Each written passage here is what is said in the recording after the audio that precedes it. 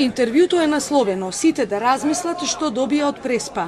Нимиц говори за придобивките од договорот, но и за ставовите на новата влада кај нас. Објаснува дека понекогаш кога некој е во тешка ситуација, најдобриот пристап е да се препознае тешкотијата и да се одлучи да се надмине.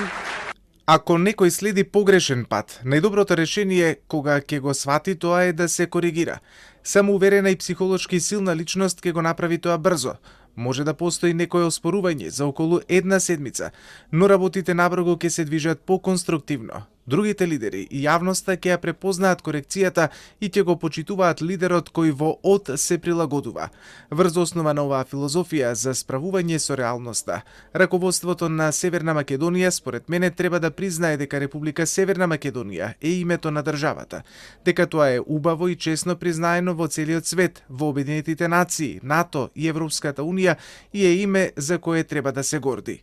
Тој порачува на новата власт да посвети малку време за да размисли мирно, без да дава многу изјави, која ќе треба да биде незината политика во однос на Грција и другите соседи на Европската унија, а особено во внатрешноста на земјата, посочувајќи дека извојува импресивна политичка победа, но таа поддршка лесно може да се изгуби.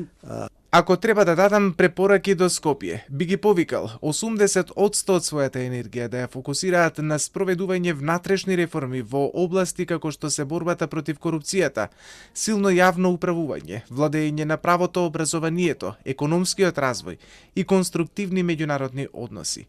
Исто така, да се обстои во напорите за влез во Европската унија и покрај разочарувањата. За останатите 20% од енергијата и кон што треба да ги насочи новата влада, медијаторот Нимиц коментира дека треба да работат конструктивно и приоритет прво да биде решавање на отворените прашања со Бугарија, но и на нормализирање на ненадејното нарушување на односите со Грција и секако да останат посветени на останатите регионални и пошироки надворешно политички приоритети.